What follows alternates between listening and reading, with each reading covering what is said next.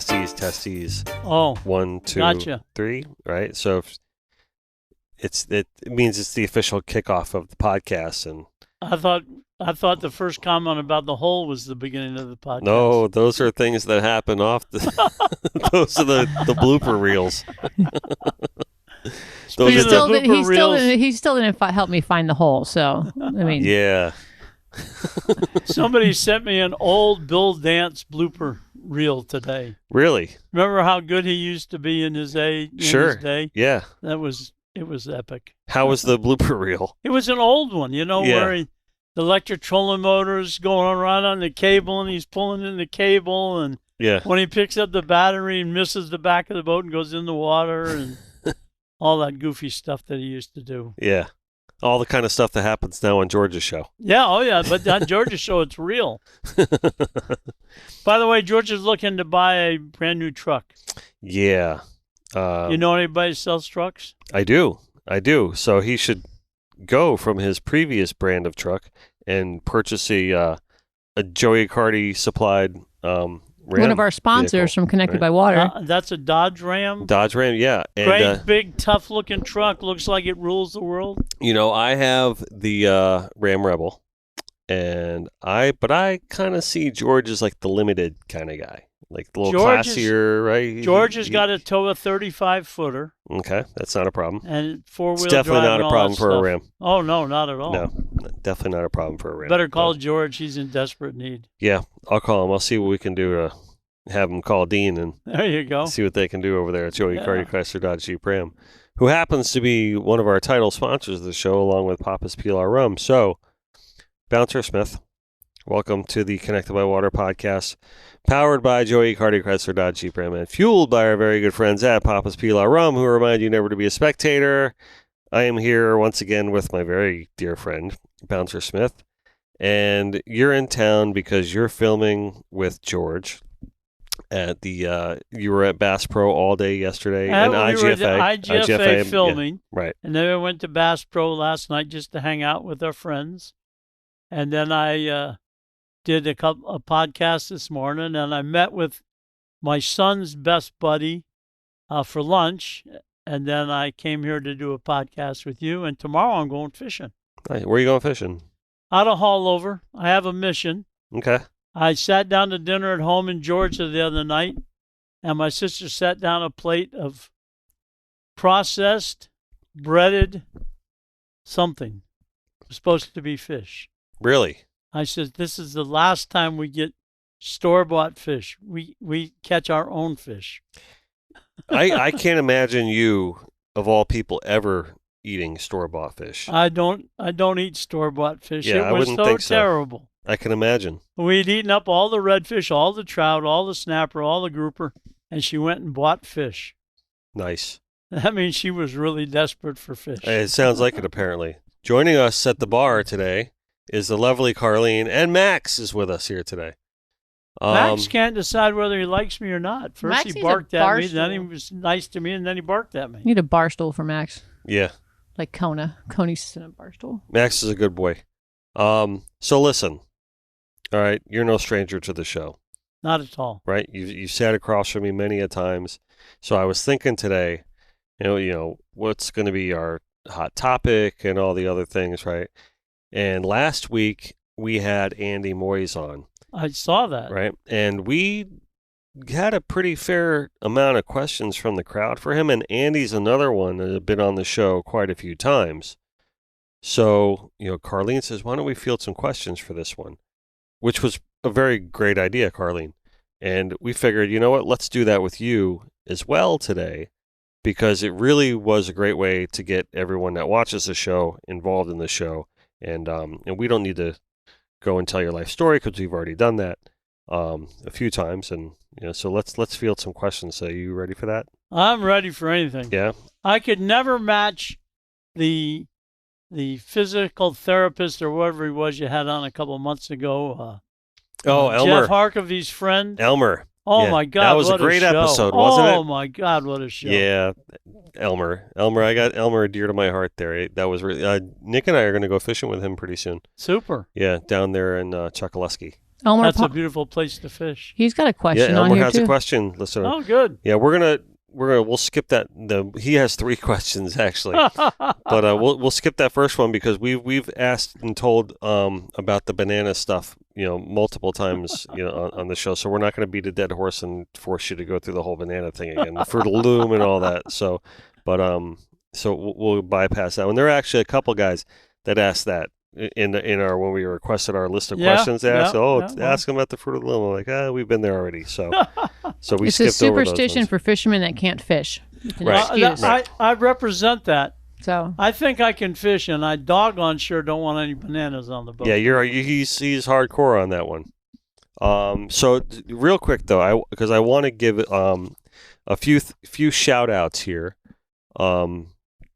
to number one, the W Sauce, right, which is another one of our sponsors, and we're coming up to football playoffs and the Super Bowl, and this is your perfect accompaniment to have along with you. Is a W I Sauce. have to interject. Okay. Anybody that complains about the performance of the Dolphins the other night Mm-hmm. is not a true fan. I couldn't agree more. That was such a great show from such bad underdogs. Yeah. And they came so close to pulling that off. It was What really a special. Great, yeah. great event. They for showed the a lot of Dolphins. heart, and it was really good given the way the last 5 weeks went, or last 6 weeks, because even the Jets game that they won wasn't really a pretty one. No. So given the way the last 6 weeks went, it was really nice to see them come out the way they did, particularly, some of the plays that the defense made to keep them in the game. Yep. Skylar Thompson, a lot was asked of him. No doubt. And he performed admirably. Yes, he did. I do feel like that if a healthy Tua was in that game, we win it.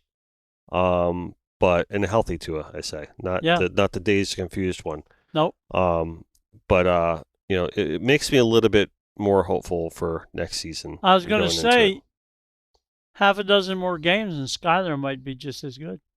Perhaps. I mean, he showed a lot of rookie rust, or if you want to call it that. He held on to the ball for a while. He's terrible with took running out of time. Yeah, it took too long getting his reads Yep. through his progressions and stuff like that. But all that comes with experience. Oh, So I do hope he's still with the team next year. Me too. He showed a lot of heart. Yes, he did. I want to thank Finor Sunglasses for giving us all the love and support that they give both of us. Yes, sir. And I want to promote your book. If you haven't already purchased Captain Bouncer Smith's I'm Not Done Yet, right? Please do so now on Amazon. Yes, it is. Right. I want to promote a book of our good friend today, Charlie Levine, Suck Dry. Oh, right? Charlie, what a writer he is. Absolutely, My goodness. 100%. If you haven't already picked up a copy of Suck Dry, please do so now on Amazon.com. And we just want to throw that out there for supporting our friends here today. And also want to announce or mention what you just did with George. You recorded 15 episodes. Well, I was probably in half of them, but we in about 8 hours we recorded 15 half-hour TV fishing shows. They'll be airing on a couple of different networks, but they'll also be on George's podcast. Not his podcast. On his TV YouTube show and channel. his YouTube channel. Yep. Yeah, on his YouTube channel. Starting the second quarter. Okay. But his seminar series on TV, which is coming back live in 2024. Oh, they are going to do it live again. It was shut down for COVID, Mm-hmm. and it's been very, very successful. But they're in 2024, they're going to go back to their live seminar series, but they're going to record 2 locations, and then that'll give them 15 TV shows and 8 live studio on-stage audiences. Nice. So lots of positive, educational, and fun-loving content. Oh, just the greatest. Yeah, excellent. So since we brought up George, we are going to segue into our first question that comes from your good friend, Captain George Pavaromo, who is more Italian than Paul Castronova, right? So we'll state that for the record.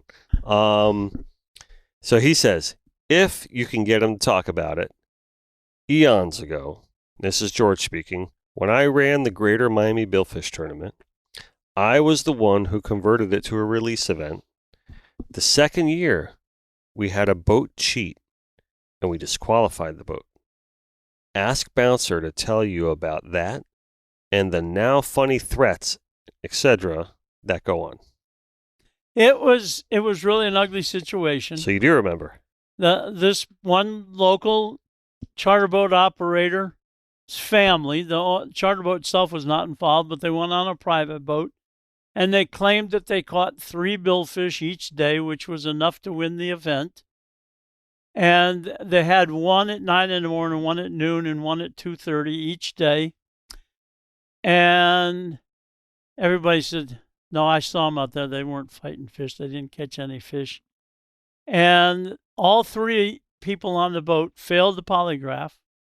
And the mate said... All 3? All 3 of them took the polygraph. The first guy fails, so then they test everybody, and everybody fails. And then the mate says, I did not fail the polygraph. I want to be re-polygraphed. And he failed it again.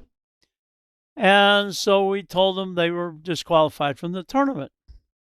And I was told in no uncertain terms not to walk down any dark alleys. And Joan Vernon was told, you are my dearest friend. How can you do that to me? And I think they told George they were just going to break his legs. And we'll never shop in Captain Harry's again. They sound like very honest people. Oh, it was a very honest group. And the poor mate, he worked for Florida Power and Light, I think it was. But he parked his truck in the yard on Monday morning when he went to work. And when he came home in the afternoon, it had outriggers. It had broken fishing rods. It had biggest cheater ever on flags on the out. They crucified the poor mate. They got him. Wow. Oh, my God. I mean. So he knew a lot of the people in that tournament, then I take it they knew who he was. Well, he was well enough known, but more importantly, he was headline news. So all the guys at the utility company knew who he was and knew who he was going to fish the tournament. And they had won the previous tournament in another city.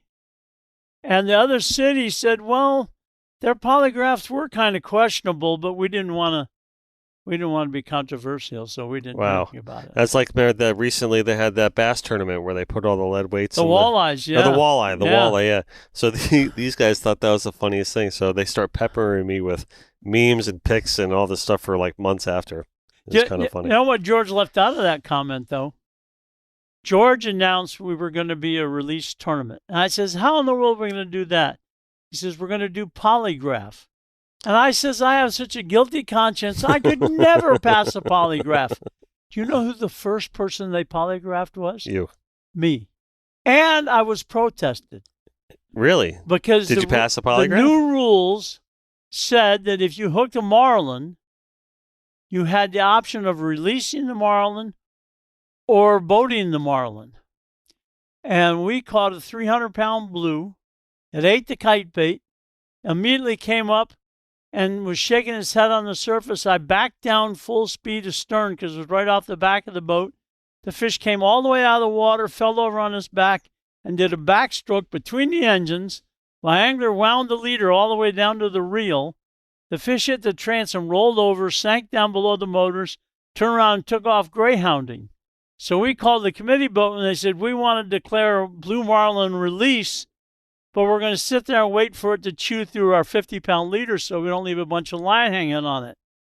And some woman filed a protest in writing with the deposit that we were cheating because we had called in a release and we were still fighting the fish.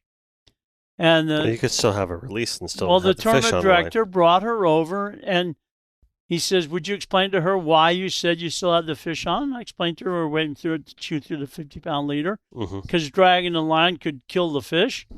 And she says, okay, I withdraw my protest. And yes, I passed the polygraph. So you did pass we did catch the blue marlin and several sailfish. And we won the first release tournament. Nice. All right, Karlene, you want to go ahead and ask number 2 there? From Paul Castronovo. See how his memory is during a fishing tournament. Oh, I hate when you put me on the spot for this. How did you host I knew she was sleeping over there. What's that?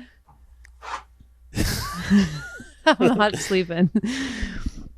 How did you host an awards party, and how did you give away prizes for the biggest fish if nobody actually fished? Okay, let me read just how he wrote it. Oh, no, I'll explain it to you because I know exactly what he's talking about. Okay, perfect. I don't. They have a Miami Dolphins football team charity fundraising tournament. And it's a one-day event. The Dolphins tournament? The Miami Dolphins tournament. Matter of fact, it's coming back this year, I think I saw.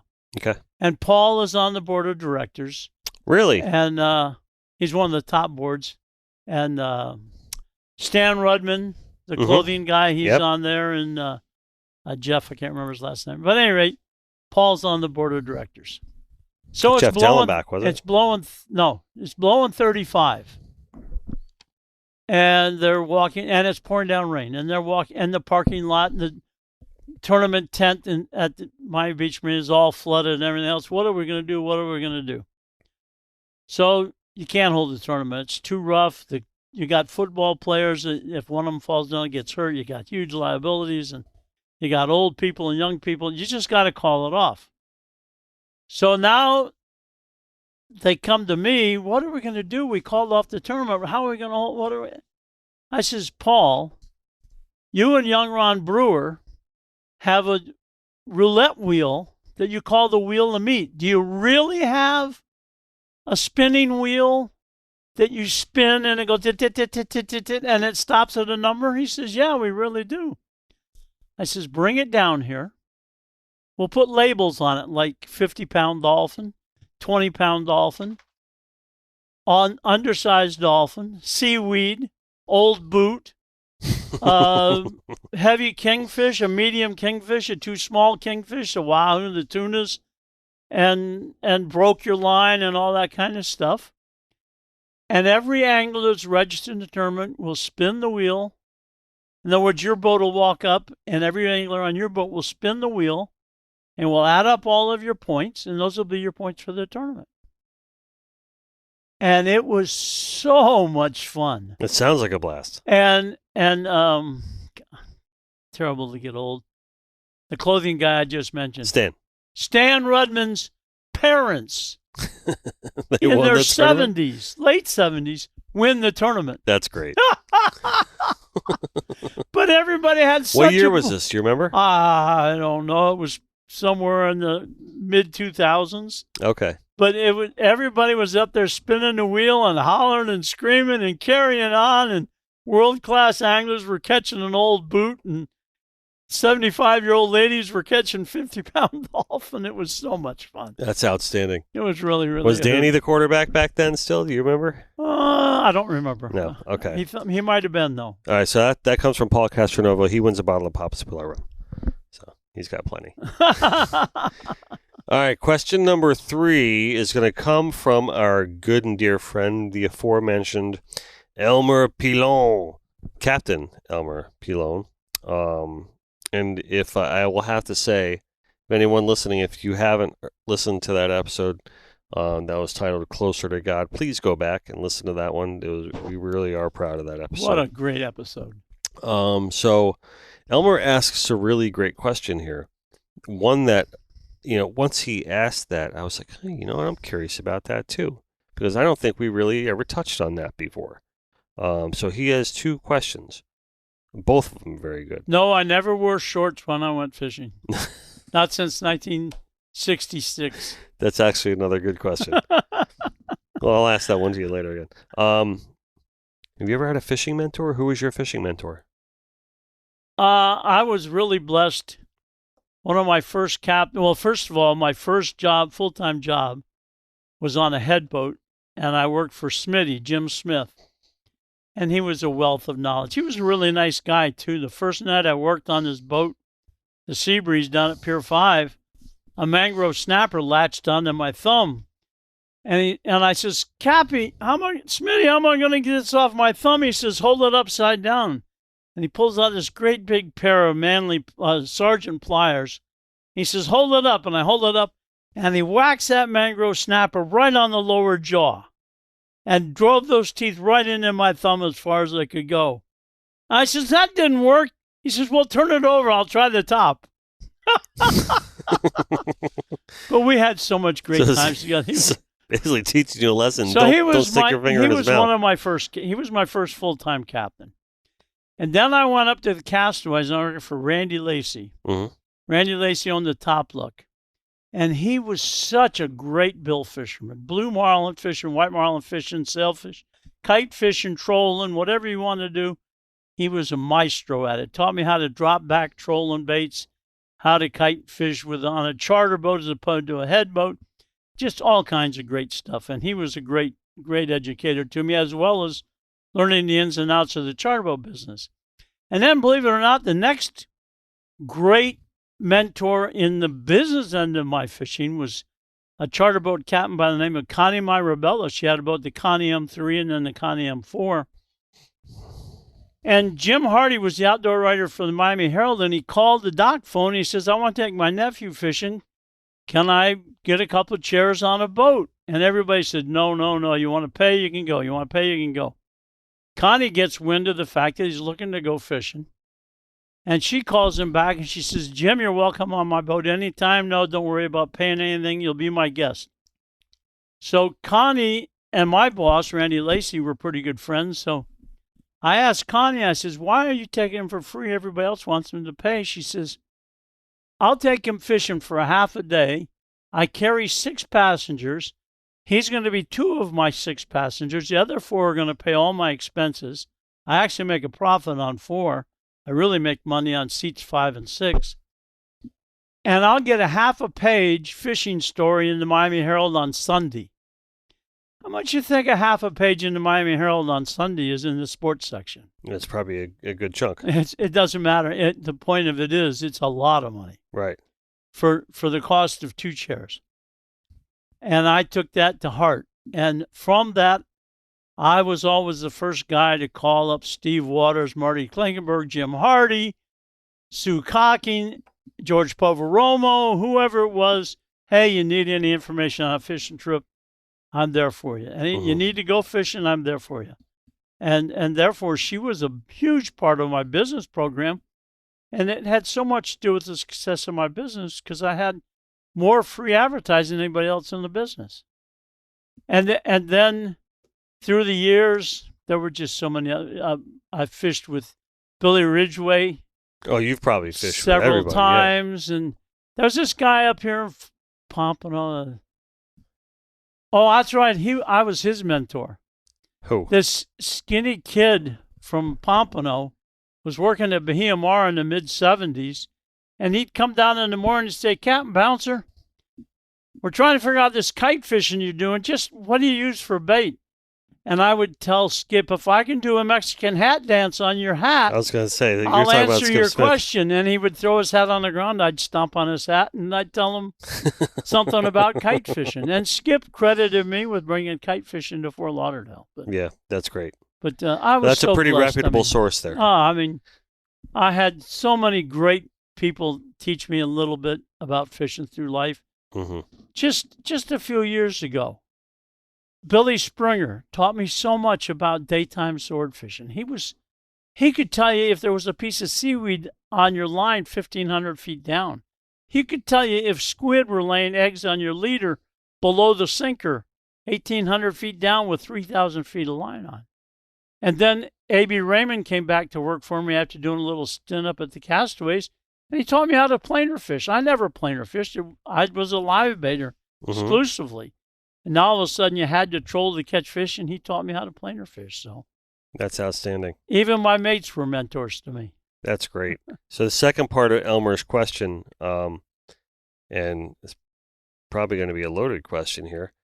What advice would you give a guide starting out in order to have a successful career, other than Phil's seats 5 and 6? Wear hats so they can be stomped.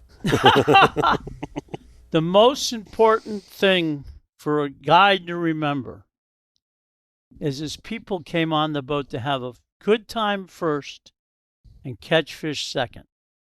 So no matter how bad a day you're having, no matter how under the weather you are, no matter how much you fought with your wife or your son last night, no matter what the case may be, the first thing your people want to have is a good time. And if they have a good time, and then they get the bonus of a few fish, they'll be back time and time again. I can attest for this. If they don't have a good time, they ain't coming back. There's a captain. I'm not going to name names. I'm not even going to tell you where he fishes. But some good friends of mine chartered this guy. And I said, oh, you got to go fish with so-and-so. How was that? Because he's got a great reputation as a great fisherman. And the wife of my friend, they took their son too. She looked at me. She goes, you know what? I could have done without that day with him. I'm like, what happened? She did nothing but complain about how he was so hell-bent on getting the fish and worried about that and grabbing the rod from them and, saying they weren't doing something right, and he made them feel uncomfortable. And it was really, she did not have a good experience with this, and that always kind of stuck with me and always made me then look at that guy a little differently. So I'm with you. I'm in full agreement with what you're saying. Well, let me tell you where I come from. And I told Carl Anderson this morning about this. He asked me what was my greatest regret in my business. Mm-hmm. I was guilty of ruining a lot of days. Not because I would ever tell a customer, yell at them like, hey, you four-letter words, et cetera, blue smoke and all that. I might get excited and say, wine, wine, wine, quick, go underneath that guy. And get excited saying it, but I would never use derogatory words. But where I made a huge mistake repeatedly was for 20 years, I didn't use a mate. We never had a problem with me ruining a day for my customers. But when I started using a mate, there were several times I had mates that should not have been mates. Mm-hmm. And I was not a good employer. And I would admonish these mates in front of the customers. And it made it uncomfortable for the mate, the customer, and myself. Gotcha. And it's my biggest regret in the charter boat business that there were times that I put a damper on the day by trying to get the mate to do his job the right way. And it's a terrible mistake on my part. Well, listen, it's nice that you can say that. I'm going to go knowing who you are and say it may not have been as bad as you probably think, but it's nice that you have that in your art. Well, I was guilty of it. There's no two ways about it. And I'll tell another thing to him. When a guy shows up on your boat, or when a guy calls you and he says, can I bring my own rod and reel? Or if he shows up with his own rod and reel. It's his pride and joy in fishing is that rod and reel. Mm-hmm. If he shows up and it's half full of line, strip it all off while you're making small talk at the dock and fill it up with some good monofilament. Because you might not want to pay to fill it up with braid, but fill it up with monofilament. And then rig it. And then go out of your way to try to give him an opportunity to fish with his rod. Because it's his pride and joy. And I can tell you that numerous times that in my experiences before I was a guide, and even a couple of times when I was a guide, where people insulted my tackle, and I knew how to use my tackle, and my tackle was in perfect, pristine condition, but it wasn't what they liked to use. Mm-hmm. That guy shows up with his pride and joy rod and reel. Do everything in your power to encourage his pride and his rod and reel.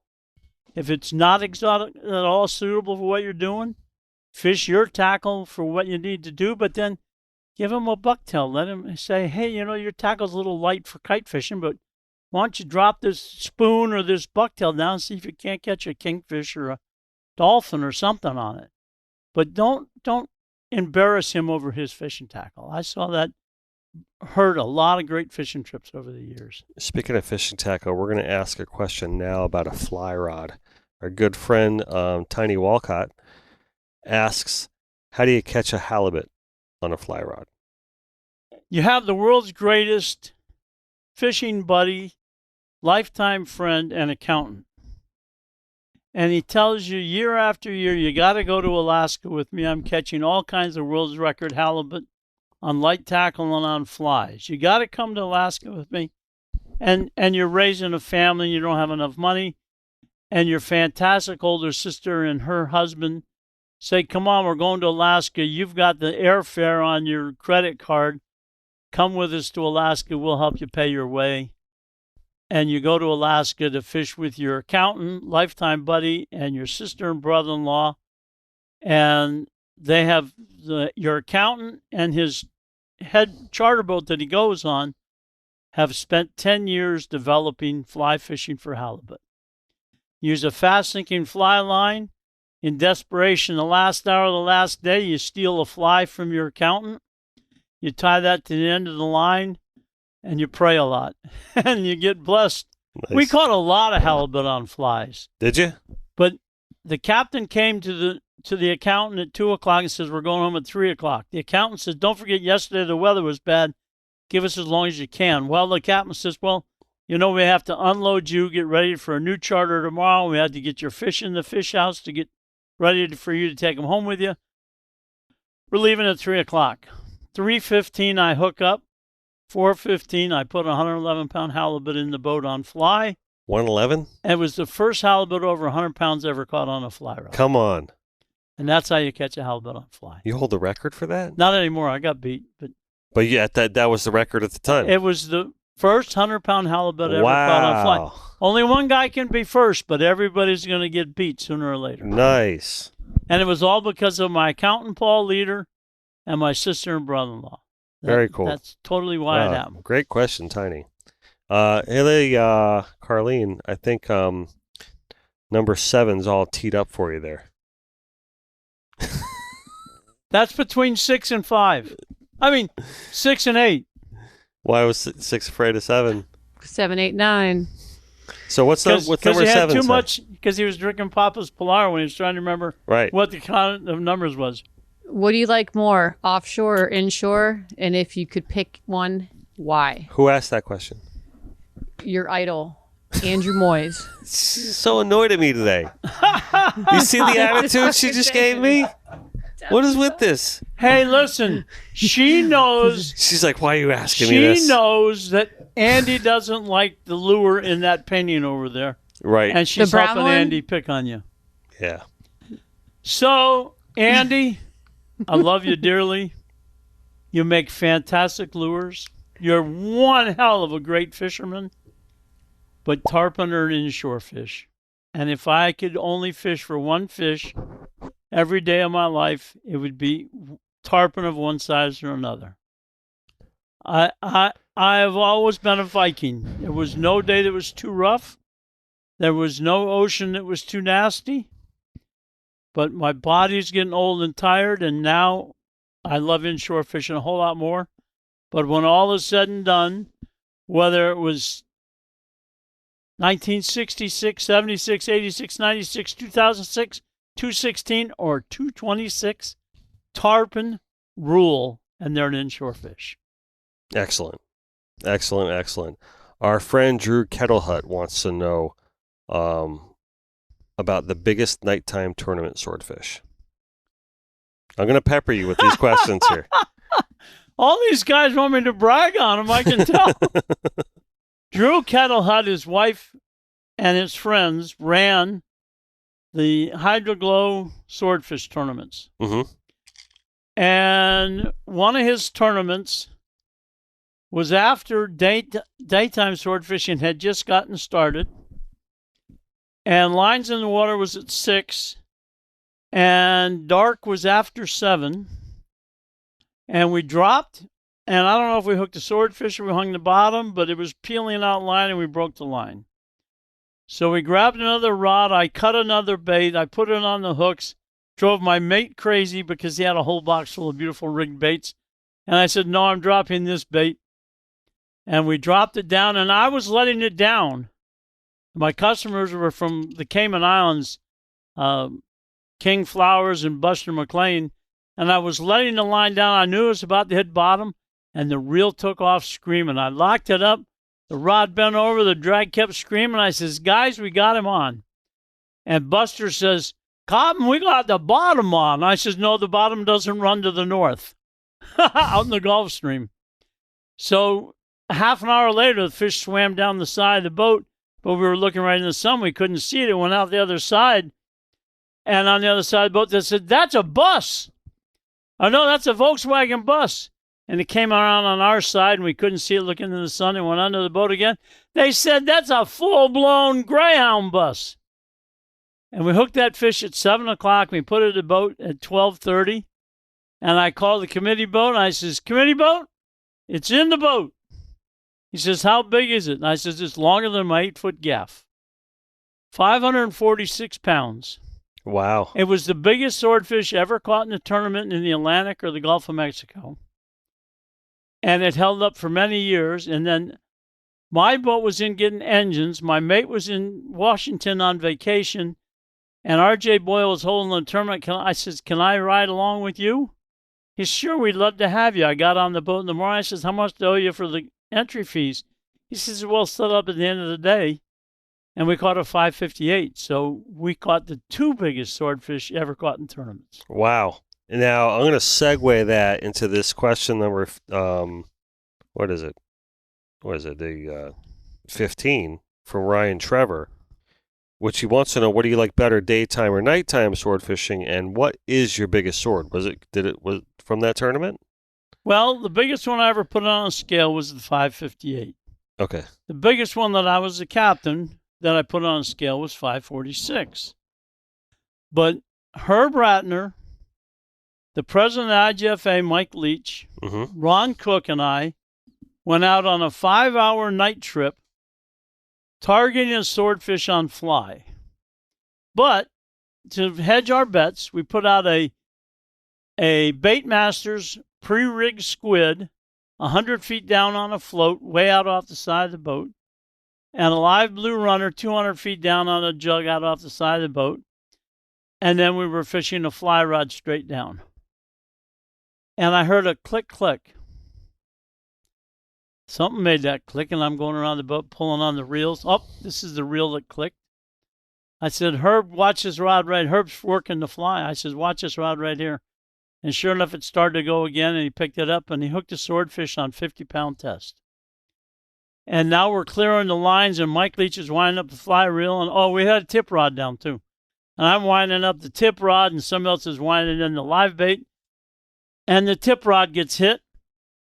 And Mike hands me the fly rod. He takes the tip rod, and he catches a 50-pound swordfish. So we're oohing and ahhing, "Oh, then this swordfish, cute, this little dinky swordfish." And Herb Ratner's up there about, he's 63 years old. And he says, "Hey, guys, did you forget about me? I'm up here running out of line." "Oh, are you running out of line?" So we started fighting his fish. 11 jumps. Wow. And 4 hours later, 63-year-old Herb Ratner had more world records than anybody in the world at the time. Says, "Guys, I'm sorry, but I just can't hold the rod anymore." Now, Ron was my mate. Ron had a hold of the 15-foot leader because the pre-rigged baits came with 15-foot leaders.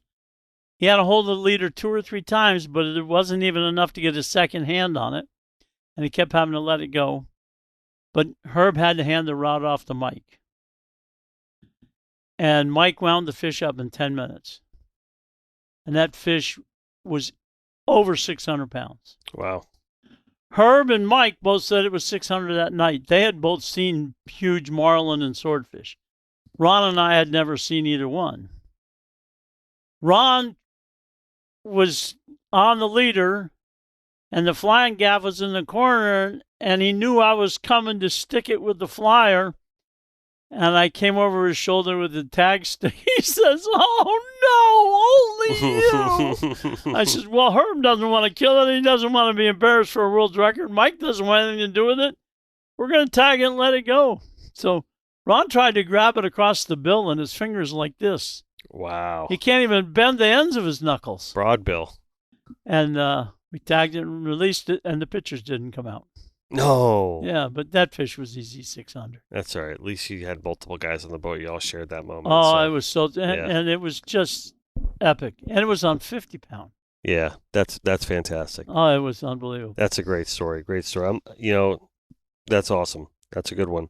I want to interject real quick and remind everybody that the Cove Billfish Tournament the registration is still open. It is in a couple weeks.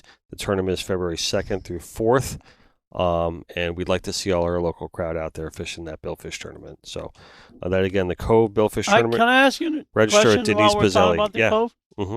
Will they have a completed mural by the time they have a tournament? They will. They will. You better be careful because you I'm don't catching a control lot the of weather. flack. I'm catching a lot of You don't flack control here. the weather. I don't control the weather. And I'd rather it wasn't done and it was up to your perfection than it was just rushed. I'm catching a lot of flack. It's taken a lot longer than people expected it to Well, take. But to those who aren't been it, you have a family. I do. You've been sick. I have. Your paint froze. Your paint washed away. And Carly didn't help enough. No. Karlene hasn't been to the wall once yet. Neither have I. Look at her. It's the stare, the death stare. She's got it out for me today, Bouncer. No, she's mad at me because I keep calling her Carly and her name's Karlene. I called you this morning, bright-eyed and bushy-tailed. Wish you a happy day. You did. I was a little shocked this morning, by the way. Why is that? Because 2 times in a row when I was going to be on, you called in with reports you weren't coming. And today you didn't pull that stunt. Yeah, that's it. You can only do it so many times, right? She's in rare form today. I'm not. She's the best. Well, I did. I left work. I ran home. I made my family BLT sandwiches, and I came here. And one of my favorite things about Karlene, and this is the truth, right? Is just her brutal honesty. You know, you always know what you're getting. She wears her heart on her sleeve. She is who she is, and she's 100% authentic, genuine article. She really is. And she's great. She's absolutely great. Such an asshole, man. I love her. See? Not you, see, me. That's now I'm like, and you know, I'm complimenting her just to upset her right now. For your audience, it doesn't matter. Not only is she great, but she's beautiful. She is. Absolutely. 100%. And people should come to your art studio to meet her someday. They should. I'll be here at 9 a.m. tomorrow for signings. There you go. What's that? I'll be here at 9 a.m. so Dennis can go to the wall. Okay. We should invite. Really? If you need me to do shit, I'll be here at 9 a.m. That'd be great. So come at 9 a.m. So listen, I want to bring up the next. Come at 9:15. Dennis won't be here. Right. All right. See you at 10. So the next question brings up a topic that is a pretty hot topic in the Mid-Atlantic region right now, based upon the new NOAA laws. Proposed or law? You know what I mean. What they're trying to do. So Bradley Bernius asks, what do you think about the wind farms and the right whale restrictions? Well, I know very little about the wind farms, although I do know that the wind farms off of, I believe, Connecticut have been proven to be very productive for blackfish or black sea bass and other fisheries. Well, did you see what happened in the last 2 days with the whales? No. So the construction of these wind farms have killed like 3 or 4 huge whales. Really? Yeah. Really? Well, that's no good. Yeah. So they say more deaths for these whales have occurred in the last few days from the construction of the wind farms that have throughout the entire time ever in the history of the world from speeding boats. According to people who know what they're talking about, there were only 8 of these endangered whales killed by boats in the last 50 years. 50 years. 8 whales were killed by boats. And when you think of the collateral damage that telling every boat over 35 feet that they have to go 10 or 12 knots, you know what that will do to the marine industry? It's absolutely insane. I don't know what they're thinking and their motivation behind trying to do this is absolutely stupid. Did you know it's already enforced for head boats? Stupid. Absolutely stupid. But we have to question our federal government sometimes. The red snapper law is pretty damn stupid. Stupid. The taking of all the monetary value of commercial fishing for sharks is pretty damn stupid. Not controlling the sharks with some commercial fishing is pretty damn stupid. I think we need to implement that in the show. What? Just like, like in some, like to put the stupid stamp. Oh, yeah, we can put a stupid stamp and now it's time for stupid things, right? And we'll do that as a new segment in the show. You know what's stupid this week? Right? And we'll say this is stupid. But you can always lessen your pains with Papa's Pillow. You can. You absolutely can. I want to bring up something. All right. because I forgot to bring this up in the very beginning of the show, but now's a really good time to do it, actually. We're going to bring up our Starbright do-gooder. Oh, yeah, the do-gooder. Right? We God, can't, I we love can't that. effort- we can't- Do, do, do, do, do, do. We got the stupids over here Right. and the do-gooders over Right, here. so we're gonna come off the stupid thing and we're gonna go on the very smart thing, right? So Great thing. Go and from the to doo-doo-doo. celebrate those who are coastal stewards, raising coastal awareness and just being good stewards of our environment and our just all about coastal conservation. We love it. Look at her fist pumping. It's good stuff. We need a Starbright song, don't we? Starbright. They don't have enough time on our hands. Next. All right. Anyway. Moving on. So every week we bring up a do-gooder, and I texted Corey. I said, "Hey, Corey, who is our do-gooder this week?" And you know who she awarded the do-gooder to? No telling. The one and only Bouncer Smith. No way. Yes. Oh, that's awesome. Bouncer Smith is the do-gooder this week, and that is the truth. That is I the don't truth. know about that. Oh, we all know about I was that. going to nominate Corey and Derek. Well, yeah, you can, but it's That's their quite program. an honor. It's really, really Right, nice. but of it's them. true because for years and years and years, you have been just an amazing ambassador and steward of all of conservation, not just in South Florida, but everywhere that you've ever been and everywhere that you've ever fished. It's been a a part great of. honor and a compliment. So, believe me. so no, it really is. I mean, It really is a great honor and a compliment. yeah. So you have been awarded the Starbright Do-Gooder Awesome. of the week. So congratulations to Thank you, Bouncer Red Smith. Wine family, Starbright family, and all the do-gooders that have come before me. All right, so What an honor. We We'll just have need to take- confetti blow like poppers. We don't need a song. We just need that. The what? I can hit you with confetti poppers. Oh, it's something, right? It's like- a little award that'd have been a great idea. All right, you guys speaking of the mic.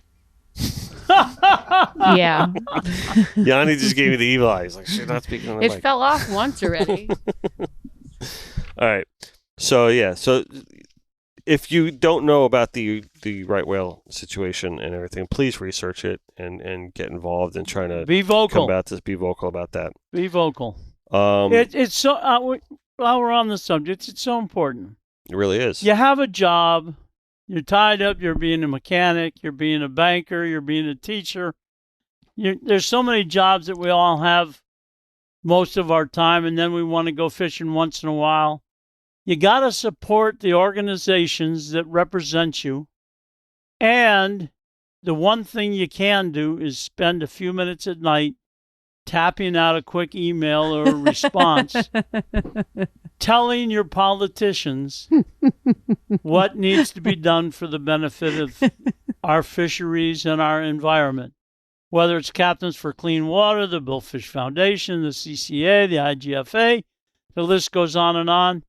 But support these people that represent you and do your part financially and by taking the time to write an email. Hear, hear. Please. Well said. Well said. Why are you laughing Because hysterically? I over do there? spend a few minutes a night tapping it out. Sorry.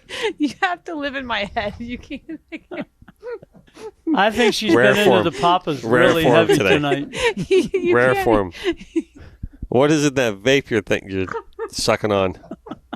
You can't put this shit in paper, man. It's all here. Oh. Damn woman. She's a wonderful lady. Yeah, she is. It's this rare I form. try every Rare night to form tap tonight. it out for a few minutes. Our good friend Brick Peoples. You know Brick. I think I heard of him once or twice. Yeah, so he wants to know what your best catch ever is. My best catch ever was my halibut on fly. Excellent. My best Yeah, fishing Tiny coming in with a good question then. my best fishing experience ever. Beside your best fishing experience ever, besides co-catching a clown knife fish with me, is Well, that was extremely important. Right. But Marty Arostegui has a son named Martini. And Grandpa Arostegui was a commercial sword fisherman in Cuba. And grandson Martini says, "Daddy, I want to go catch a swordfish like Grandpa used to do." So I took the Arostegui sword fishing at night off of Key Biscayne, and in the course of the night, we caught a hammerhead shark, and Martini caught a swordfish. He was thrilled. On the way home, Marty, the father, says, watching how you fish, I think we could catch one on fly. I said, well, I'd be game to try it if you are. So the next time we went, I have to catch my brother a swordfish. So we went bait fishing again, and we caught his brother a swordfish. And then we put the baits back out, and we caught Marty a swordfish. And we called it a night. I says, what happened to the fly? He says, oh, next time we're going fly fishing. So Marty Arostegui ties his own flies, ties up his own leaders, rigs his own rods. We go out there, and he starts dredging for a swordfish on fly. And he does it for a half an hour. He hooks a fish on fly, and it comes off. Well, I mean, it couldn't have been a swordfish. Had to be a shark, a barracuda, blackfin tuna, etc., etc., etc. So he dredges for another hour, stripping the fly all the way in, casting out, letting it sink, floating it out. Everything's going good. And then he strips it in, and then he lets it out, and he strips it in and lets it out, and then he strips it all the way in for an hour. And bang, he hooks up again. So we're on this 35-foot Cabo, and I'm down in the cockpit shooting the breeze with him while he's working this fly all this so diligently. His son is asleep up on the upper station. It's it's an express model, so it's just 3 steps up. And he hooks this fish, and it takes off toward the bow of the boat. So I run to the helm, and I'm just about to put in gear. He says, don't put it in gear. The fish turned around. So I stood at the helm for 20 minutes. Nothing happened. So I wandered back down to the cockpit. And after about an hour, up comes the swordfish, and I hit it with a little kingfish gaff right in front of the dorsal fin, and I lift it in the boat. It's a swordfish on fly, targeted on purpose, rigged his own fly, tied his own fly, rigged his own leader, worked his own fly from a dead boat, and caught it on purpose. And it was too short, and we let it go. But it was all one man's accomplishment. I think today it's the greatest accomplishment in angling history. And really? I was That's blessed enough statement. to be there. Well, what can be No, better? you're not wrong for describing it the way What you can did. And be everything. Yeah, the but it's ultimate still, game regardless, fish? in any capacity, no matter what the situation, no matter what the fish, even just to say that's a bold statement. So, and of all people saying it, it holds water. You can't do any better. It's the ultimate game fish, done all by himself from a dead boat and on purpose the first night he tried. You just can't beat it. No, I can't deny that. There's been to give you an idea how hard it is to catch a swordfish on fly. Roy Kronikers, the president of the IGFA, he owns a big sport fishing boat. He has a full-time crew of several crew members. He's done 100 trips targeting swordfish on fly, dragging teasers, guys working the teasers, man at the helm all the time, and all this other stuff, and sight casting. In 100 trips, they've caught 3 swordfish. Rufus, our mutual friend, traveled. It took the year. This was 6-7 years ago, maybe, to travel around the world to catch every billfish species on fly in a year. Well, I'll tell you how small a world it is. And the sword was the only one that eluded them. And I know this explicitly because he said to me, if I do this, Dennis, I'm going to commission a painting from you to illustrate that. Well, let me tell you. And I was rooting for him, obviously. Let me tell you how small the world it is. Mm-hmm. Skip Smith bait and switched swordfish at night in Africa. Mm-hmm. Skip Smith started bait and switch swordfish in recent years off of Pompano. And he caught several significant fish, including a couple of world's records, I think. Skip Smith explained to me how he bait and switched the swordfish. I took Skip Smith's methods, and I took Rufus, and I fished with Rufus several nights. And I'm sorry you didn't get a painting out of the deal. Yeah.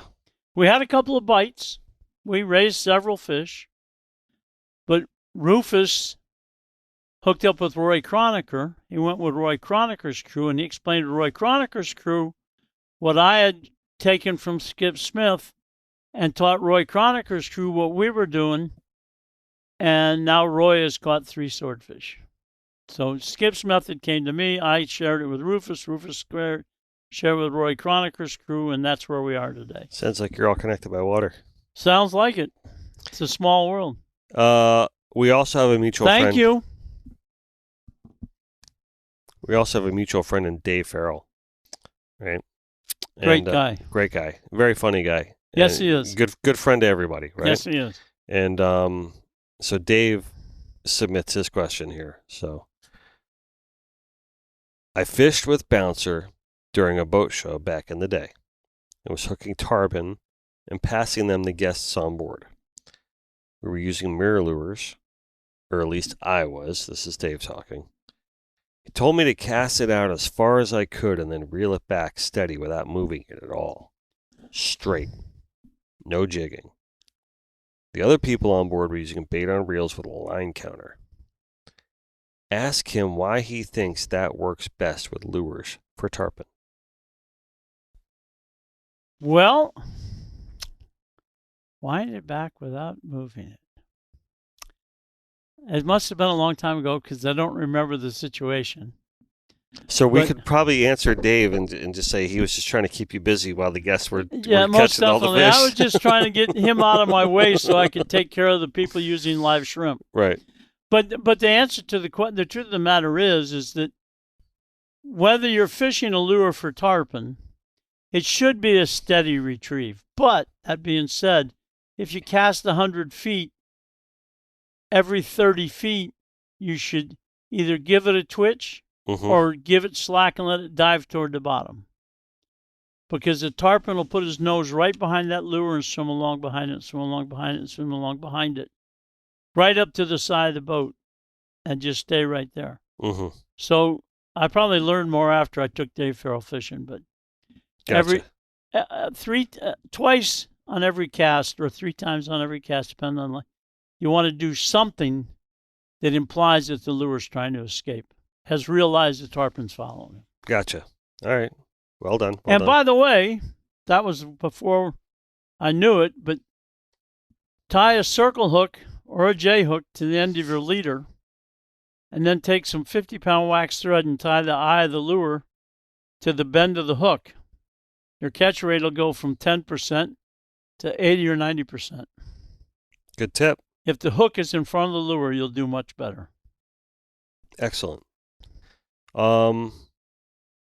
Another good mutual friend of ours, Captain Doug Coven. Oh, good old Doug. Good old Doug. Have you ever met Georgia? Georgia. Yeah. Who? Georgia Coven. No. Well, that's the only reason we keep Doug around. Georgia's a little Southern belle. She's just so sweet. Knowledgeable diver, knowledgeable captain. Just one of the best people you'll ever meet on earth. And that's the only reason we keep Doug around. Did you see a few months ago Doug had a black bear in his yard? Yes, He I did. texted me that picture. He's like, "You're not going to believe this." Up in the tree. Yeah. Yeah. He wants to ask about the story. He wants you to tell a story about the blue marlin that acted like it was stuck in the bottom. Oh, that was an interesting situation. I was kite fishing with me and a customer off of the north end of Key Biscayne. 200 or 300-pound blue marlin comes up and eats a herring on the kite. We chase it all over the ocean. It's jumping and carrying on, and there's just one customer, myself, on the boat. And it dives down to the bottom in 210 feet of water. Now we have GPS and we have the chart track. You can see where the boat's been. And for an hour, I go round and round and round. round and round and round and round, and the fish stays right in the center of the circle. Never drifts north, never drifts south. Got to be stuck in the mud. Mm-hmm. Well, we don't want to break it off, but I'm going to idle to the south a little bit. You cup the spool a little bit. Let's see if we can do something. So a very knowledgeable angler. His name was Jeff Lapnow. And so he cups the spool, and I start to go slowly to the south. And all of a sudden, everything changes. Now we have this blue marlin jumping all over the surface, chasing it all over the ocean. And pretty soon, it's half a mile from the first spot. Same depth of water, goes down to the bottom. Round and round and round. And we only go round and round for half an hour. I says, well, I guess it worked the first time. I'll have to try it again. So I start idling to the south. He cups his spool. Now, there's no current. East wind. So he can't be laying in the current because there isn't any current. I start idling to the south. He comes up again. We chase him around. We get the leader. We break the leader and send him on his way. But 2 times that fish went down and sat in one spot on the bottom while I drove round and round circles. I could never explain it. Strangest thing. Yep. All right. Listen. Now, can I throw Doug under the bus? You can absolutely throw Doug under the bus anytime you want. I had this great young man from Jackson Hole, Wyoming as my mate. He came down. I agree 100%. Karlene likes holes. There's only one thing wrong with Jackson Hole, Wyoming. Sorry, the Miss last Jackson. 2 times I was there, saying. I got pneumonia. Ended up in the hospital, ICU even. But at any rate, I have this great young mate.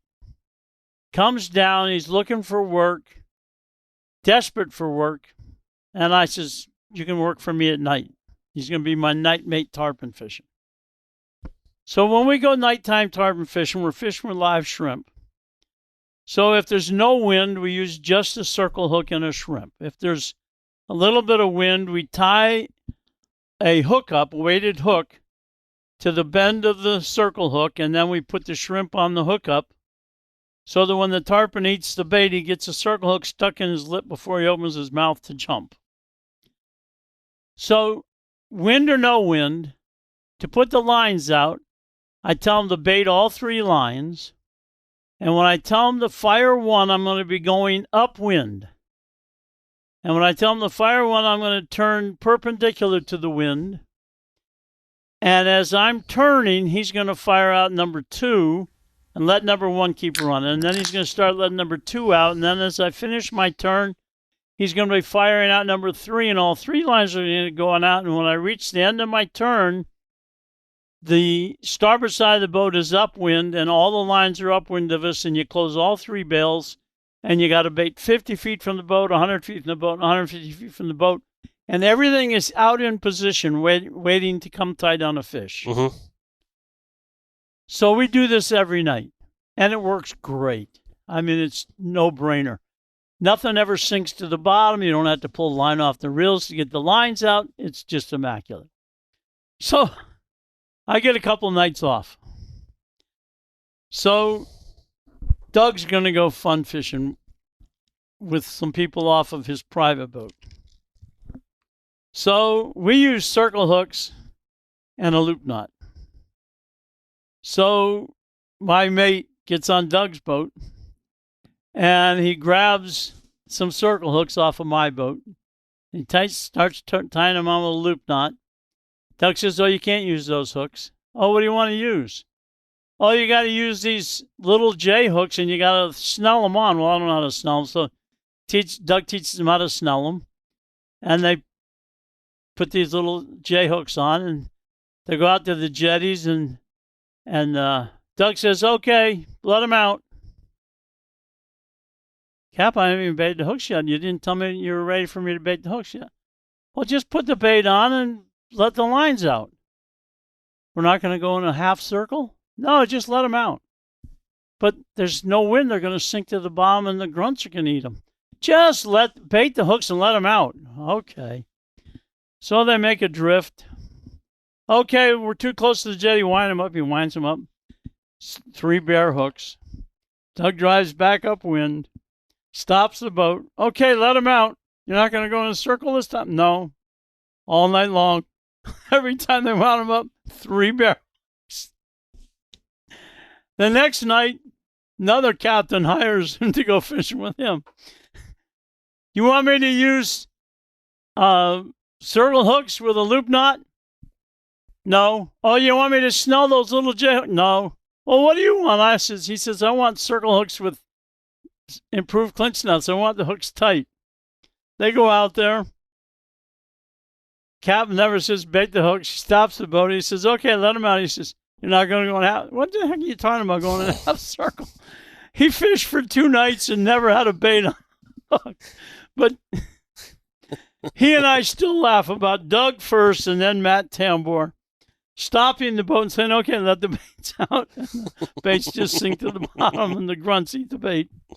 But it's such a great sense of, and it works great when you're flat line and live bait, even for sailfish and stuff. If you get at the top of the wind from where you want to drift, so like if you wanted to had an east wind, you wanted to start in 200 feet, you might go out to 210 or 220 and point the boat south with a north current, and you drop the first bait in the water and you put it amidships on the starboard side and you start going around, and then you put a line out and you walk the first rod to the bow and move the second rod to the middle of the boat. And then as you're going around, you start the third bait. By the time you get to where the bow is facing north, you start out facing south. You got a bait out here 150 feet, 100 feet, and 50 feet, and you're ready to fish. You don't have to run any lines out. Right. And it doesn't matter whether you're sail fishing or drifting for kingfish or fishing for tarpon with shrimp. It's a no-brainer. It drives guys crazy. We're going to end with this last and final question. And you're not ending. We Bouncers just got here. started. All right. We can keep going. Let me see the list. How many people did just skip? No. I only skipped a couple. But the thing is, listen, I know, your time is valuable. I didn't want to hog you for 2 hours here. 2 hours? You mean we're not doing for 3? We can if you want. I think Yanni's going to go to bed because he's got his live IV or his liquid IV session. His live IV. All right, Is well, there then a tell me sleepy about your time theory. one too? The what? Is there a sleepy one too? Who? Oh, so nice. So You get man. sleepy early? No, they want to know there's a sleepy IV. Is there? Is there really?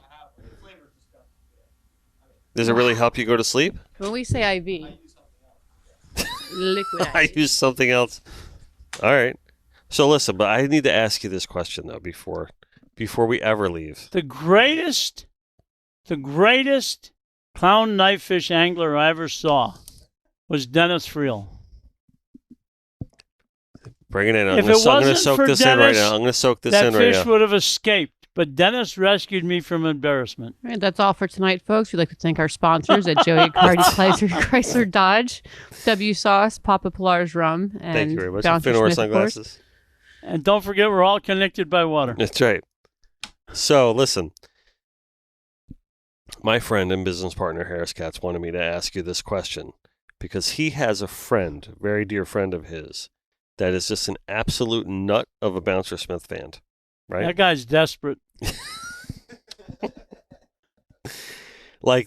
You've been on the show how many times? 5 or 6 times? Not enough. Right? So thank you. So each time I'm like, Rich, just come in and say hi. Just come by. No, I Well, can't. Carl's I sitting can't. over here. He could have joined Carl. I just blew the name. Anyway, so I just ruined my question. Anyway, so he says, can Bouncer name the 3-time junior billfish winner angler from 1985, and you presented them the award yourself. So he was a kid, and he won this 3-time junior billfish winner, and you presented with this award. And it was like one of the greatest memories of his childhood that you presented him with this award. Don't fuck it up, He Bouncer. turned the page. No. What number He is turned it? the page on me. Dennis, Here. what number is this? It's not on the list. Oh. It's a text that's him as a grown man. And it then doesn't have his number. maybe if I let show him you the think award. about it. Don't give him a chance. Bouncer pulls this stuff out of his Rolodex. This is a challenge for Bouncer. You No, stop I'm giving telling him you. details. I It's told gonna Harris, fuck I'm him like, up this is. even more. I said, Bouncer remembers a lot of things, right? But this one might be a tough one. Well, now he's trying to. What event was it? The 1985 Miami Billfish Tournament. I said, Harris, was he's not going 4. to know that. Presented, look, it's a Rich Jean is his name, Richard Jean, and he was a young aspiring angler, and now he's a real estate agent.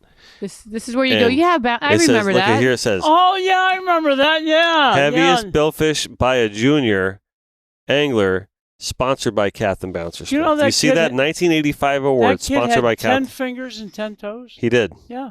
That was him. That's Had the a one. nose, 2 eyes. Yep, absolutely. Yep. And his name is I'm Rich. sorry, but I didn't remember that one. So, all right. That's okay. I can't win them all. That's okay, because I think you just drove our point home to our good friend Rich.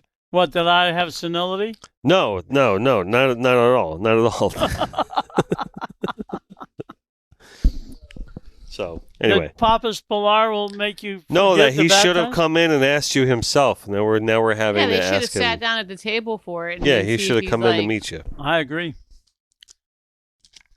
So listen, I think it's amazing that you remember all these stories like on cue, though. Like, everything I've asked you, Well, tonight, you're like, they're oh near yeah, and then dear there to was my that. Yeah, near and dear to your heart. It's absolutely amazing. Do you want to talk about your? I got Edie Keith wants to know if you have a special rigging technique for squid. I know we usually don't get into rigging techniques and things like that on the show and tying knots and all that kind of stuff, but he did ask, so I'm going to ask. Edie Keith asked that? Yeah. As in Edie Keith of Georgia? As number 9, Edie Keith. That has to be Eddie Keith. All right. I just copy and pasted it. All right, Eddie Keith. Okay, What is because it? Okay, of Georgia? That was on your page today. I'll figure this out. Yeah. Edie Keith is the wife of the owner of Hydroglow Fish Lights. Maybe that's who it But- is. Eddie Keith, I wouldn't know, but I think it's Edie. well, at any rate, rigging squid, it's very, very important that you don't put the hook down in the tentacles. Mhm. You want to put the hook up in the area of the top of the mantle. Edie Keith. Is it Edie? Oh, gosh. Well, yeah. She's from Georgia. Yeah. Yeah. Doesn't she want to know about swordfish chum? That's all she asked. Well, at any rate, I'm merely a messenger of the people at this any evening. rate, if you put the hook down in the tentacles of a squid, which, by the way, the biggest one I ever caught was on a pre-rigged baitmaster squid with the hook down in the tentacles. But a lot of times the swordfish will grab the whole squid and slide it all down into a big ball on top of the hook. So you always want to put the main hook up in the pointy end of the mantle. Put a couple stitches through the eye. The eye of the hook is inside the squid. You go a couple stitches through the eye of the hook and through the mantle and tie those off. And then you put a couple stitches down both sides of the hook and tie those off. And then you sew the head on. And that's how we rig our squid. Now, on occasion, we did use 2-hook squid. And then it was the same thing, except for the second hook further down and sewn the same way. But if that is in truth Edie Keith, It is indeed. from We've confirmed this. Eatonton, Georgia, wife of the world famous Chicken Chum 1, then she really wants to know how you chum for swordfish. And going back to Brick Peoples held the first modern Miami swordfish tournament at night. And by all rights, the tournament should have been canceled. We went out in a 35-foot kabu with Marty and a Martini Rostiki and the owner of Hydroglow Fish Lights, Daryl Keith. Okay. And it was rougher than all get. I mean, we had 2 jug rods, and we had to fish with the stern into the wind so that we could keep the lines fairly vertical. And the jugs would go out, they'd be out behind the boat, and they would disappear up to where you couldn't see them above the crown of the express cabin, and then they would come back down, and they would go down to where you couldn't see them. They were below the transom, and then they'd go up in the air, and And our angler was Martini Roski, who was about 10. And Daryl rode along as our moral support. Well, when the boats were getting ready to leave Miami Beach Marina that afternoon, Brick Peoples brought each boat a bucket of KFC, a case of beer, and a case of water. So on the way out, everybody ate fried chicken. So we get out there, and it's so rough. It's it was so rough. And Daryl Keith, the owner of Hydroglow Fish Lights, is wrapped around a tower leg, chumming with re-tasted chicken. Constantly, all night long. And this little 10, 11-year-old Martini catches one swordfish, and we release it. And he catches another swordfish, and we release it. And we stay till it's time to go home. Now Daryl is laying on the floor in the cabin, and I'm sitting in the helm seat, which is a bench, and the boat rolls so bad that I'm thrown off the bench, and I catch a steering wheel as I'm falling down, and you don't want to have bouncer fall on top of you. But I'm falling down on top of Daryl Keith, and he thought he saw his life go before his eyes, but I held onto the steering wheel and I didn't fall on him. So we're in first place. So the next afternoon, the phone starts to ring. You're not going, and now it's blowing 10 knots harder. You're not going tonight. Oh, no, I'm not going tonight. You going tonight? No, I'm not going tonight. Another phone call. No. Nobody's going to go fishing the next night. There were 35 boats in the tournament. The second night, here comes that doggone L&H. Pulls up to the fuel dock. Give us our chicken, our beer, and our water, and we're gone. And Marty Arosiki says, we're defending the lead. We have to go. Well, Daryl Keith from Hydroglow Fish Lights says, I ain't going. Well, he's staying at my brother-in-law and sister's house, condo at the marina. So my brother-in-law says, well, you might need help, so I'll go. So on the way out, everybody's eating fried chicken as we're going on this crazy crashing roller coaster ride. Oh, yeah, he gave out buckets of chicken again. But now the guy who got sick isn't on the boat. So we got 2 swordfish releases. Now only 11 boats go out of 35. And we're all out there, and it's rougher than the first night. I mean, we got a bite. And 11-year-old Martini runs down to the rod, and he looks at the wave coming up behind the boat, and he runs back up in the up on the salon. He says, if we get another bite, tell somebody else, because I ain't going down there again. So now my brother-in-law, Joe, is over by the Hydroglow light, hugging onto the tower leg, and he's chumming with reused chicken. Wow. Chumming up a storm. That's the spot on the boat, huh? Yeah. And he comes over, and he says, I don't know how much, I'm starting to tingle all over. Now, Marty Arostigi is a doctor. He says, what do you mean you're tingling all over? He says, yeah, I got like the buzzies all over. Oh, you got a bad electrolyte problem. Bouncer, we got to get him to shore. Let's go. Okay, crew, wind them all up. We're out of here. And we wind them up and we take off for shore. And to give you an idea when it was and what time it was, we were back. We were tying up the boat in our slip when the Marlins won the World Series. Oh, in 1997 or 2003? 2003. Yeah. So we had Chicken Chum 1 and Chicken Chum 2. And we won the tournament. Oh, so it held up? Yeah, because nobody caught a fish. You pulled them up and brought them in, and it didn't. Yeah. Oh, yeah. All's well that ends well. Yeah, oh yeah, you bet. So it was quite the thrill, though. That's fantastic. But poor Daryl Keith, he's the greatest guy in the world. Yeah. And he was Chicken Chum 1, and my brother-in-law was Chicken Chum 2. I'm sure he's going to get a hoot after it. Oh, yeah, no doubt about it. Watching this story get broadcast all over the world, in the World Wide Webs. Yep. All right. Michael Arnaldi. You know him? I think I heard of him. He's the world's greatest bass guide. Well, he wants to know who is your favorite bass guide. Michael Arnaldi. There you go. And Janice is my favorite lodge hostess. Okay. Well, Michael fishes out of Malabar? that what it's called? Grant, Valkyrie, Malabar. Is that the same neighborhood? I thought you were a surfer dude. Oh, okay. I used to be. Yeah, well, isn't Malabar a big surfing Oh, town? yeah, it is. Yeah. Yeah. That's where he lives. He's an avid surfer. Okay. And he's a bass guide He's there? a bass guide. He fishes headwaters and Stick Marsh and all those places up there. He's turned me on to the most amazing bass fishing I've ever enjoyed. Nice. I mean, it's all largemouth. There's not variety like we get in the Everglades. Mm-hmm.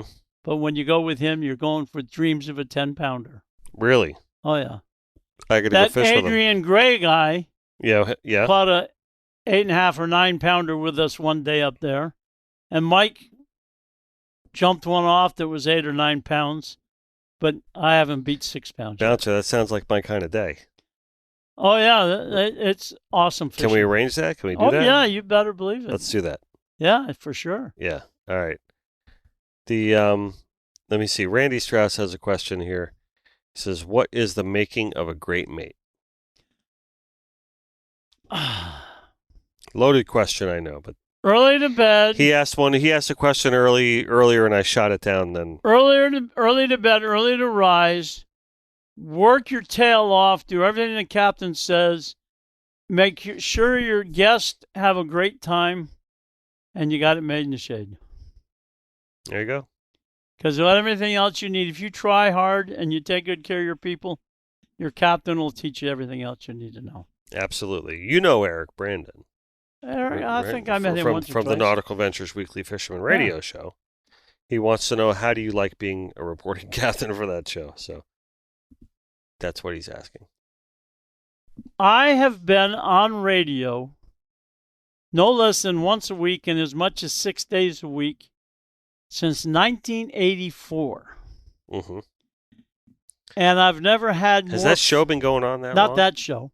Okay. That show's been on for 17 years. Yeah. And I've been on there since day one. But I've never had more fun doing those shows than I've had making live appearances with Eric and Joe Hector. Mm-hmm. It's a hoot. Nice. And they do a really good job. They're very entertaining. They've gone through several different co-hosts, but Mhm. Eric's been there from day one.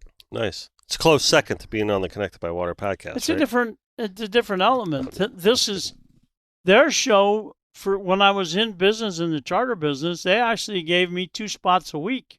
Nice. I had the opening spot at 6 o'clock in the morning. I had a second spot at 7 o'clock or so. But they were only 3 or 4 minutes at a time.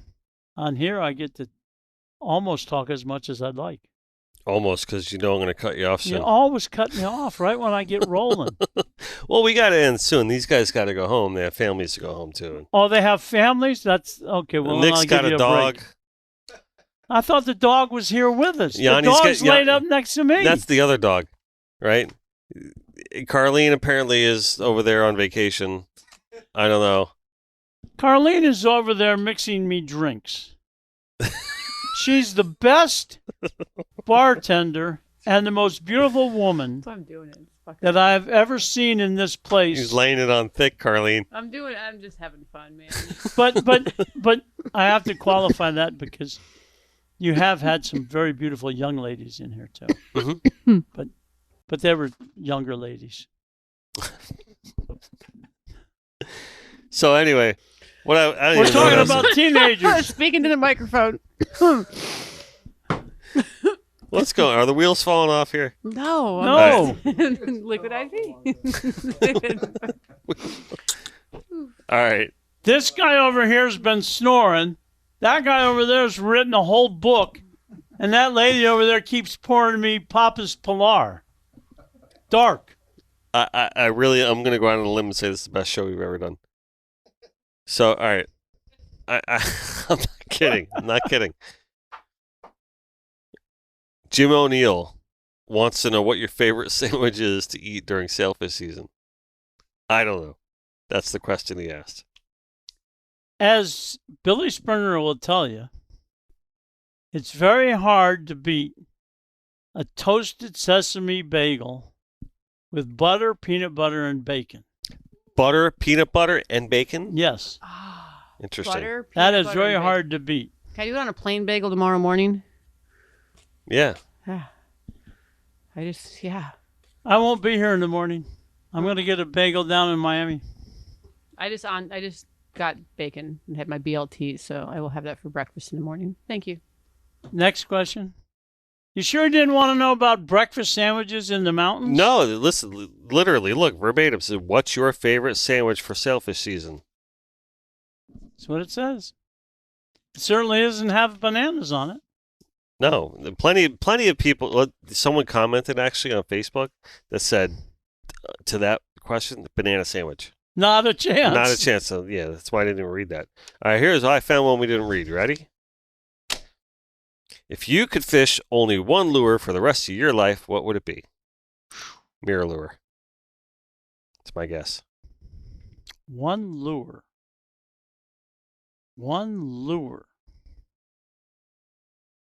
I guess if it was one lure, it would have to be a white bucktail with a little bit of mylar in it. All right. Because you can make it be a bottom bait, you can make it a mid-range bait, you can make it a surface bait. My favorite lure today is a Berkeley cane walker. Really? It is so much. I've had so much fun with that lure. Bass fishing, bluefish, jack crevalles, sharks, Spanish mackerel, everything eats a cane walker. Distributed by our good friends at Pure Fishing. Yes, it is. We're out of questions. No way. That's it. Let me see. That's it. Did he skip any? We've had 20 questions and then some with the great Bouncer Smith. You have a question? My question. What's my question? All right, you ready? Wait a minute, you didn't ask this very important question about the motorcyclist. No, that one sucks. We opted that one out a long time ago. Oh. Sorry, speaking to the microphone. What's my favorite part of retirement? The days that I get to go fishing. Well, that was the first half of Tiny's question there. I didn't. Yeah. Let me see. Don't forget the Cove Billfish Tournament. Wind Farms. Bouncer reading through all the questions. All right, I have my question. Are you ready? Oh, you have your own personal question? I have my own personal question. Drum roll, please. All right. It's actually a good one. All right. My favorite podcast host? Dennis Friel. Thank you very much. That was not the question, but I appreciate that. Okay. In all your years of doing what you've done, from a child to middle-aged man to now a retired individual, okay? What has been the single greatest take in your mind that sums up the value of your, not even just your career, but your life as just a fisherman, not a captain, not a guide, not... Max doesn't like this question. Not a guide, not a captain, not a businessman, just a plain old rod and reel in your hand, lure or bait at the end of the line.